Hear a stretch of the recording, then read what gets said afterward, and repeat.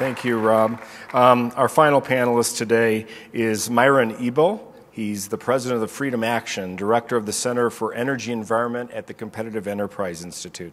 He previously worked at Frontiers of Freedom, founded by the late Senator Malcolm Wallop of Wyoming. He worked for Representative John Shadegg of Arizona and for the American Lands Rights Association. A native of Baker County, Oregon, where he grew up on a cattle ranch, Mr. Ebell earned degrees at Colorado College in Colorado Springs and at the London School of Economics, and did graduate work at the University of California, San Diego, and at Peterhouse, Cambridge University. He insisted that I read the last part of this introduction. The Business Insider named him third on their list of the 10 most respected global warming skeptics, and commented, "Myron Ebell may be enemy number one to the current climate change community." Hey. See? And Rolling Stone, no less, named him one of the 6 top misleaders on global warming, right alongside Senator James Inhofe and the late novelist Michael Crichton. So let's bring on the great misleader himself, Myron Ebell.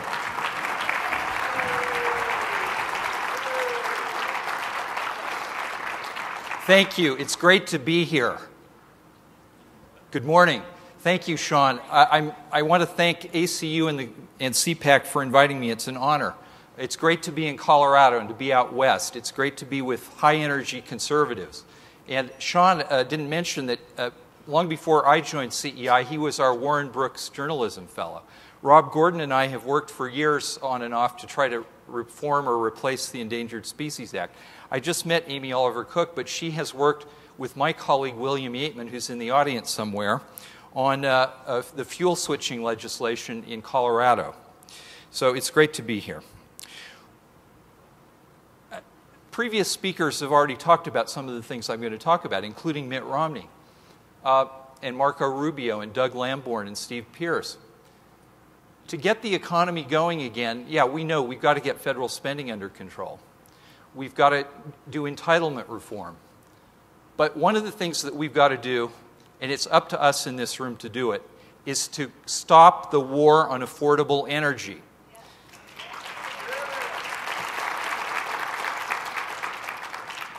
This is not being done, this war on affordable energy is not being done and prosecuted through inadvertence. It is intentional. When cap and trade was defeated, and it took a long time to defeat cap and trade, when it was defeated, President Obama said, there are other ways to skin that cat. What are they? There are essentially 3 tiers. EPA regs, which constitute the war on coal, on affordable electricity. We've got one EPA reg after another coming down. You add them all up, and it is disaster for consumers and manufacturers who need affordable electricity. The second tier is access to energy. President Obama goes around the country saying oil and gas production is up during my presidency. Yes, it is up because the land in North Dakota, the gas fields in Pennsylvania, those are on private land. He can't shut them down.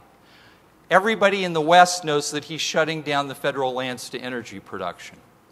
And it's not just through denying leases and permits. It's all kinds of new guidance on how the federal land should be used for recreation, how climate change implementation and adaptation plans should be put into effect.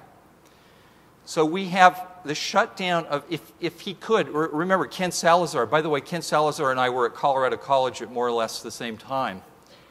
We turned out rather differently.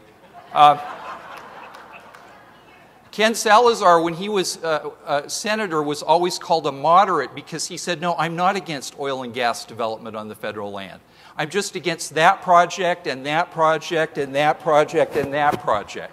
That's a moderate in today's energy debate. The fact is that President Obama wants to constrict the supply of energy and he wants to raise prices. God knows why. I don't think he understands himself why he wants to do it, but it is wrecking our economy. And in fact, if it were not for the oil and gas production in North Dakota and the shale gas in Pennsylvania, this country would be in recession right now.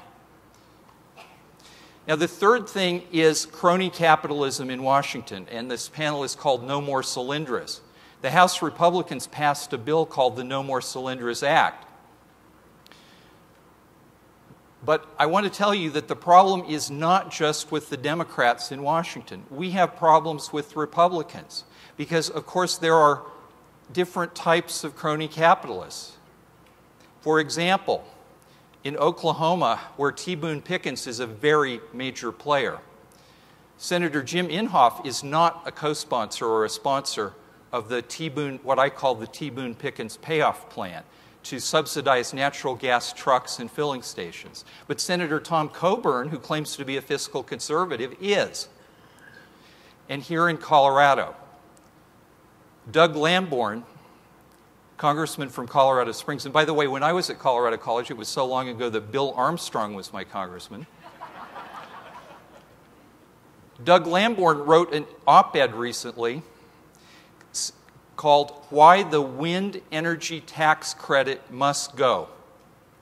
Now, do you realize how brave this is in a state that has passed a 30% renewable requirement for electric utilities? Because, of course, the federal wind tax credit subsidizes your electricity.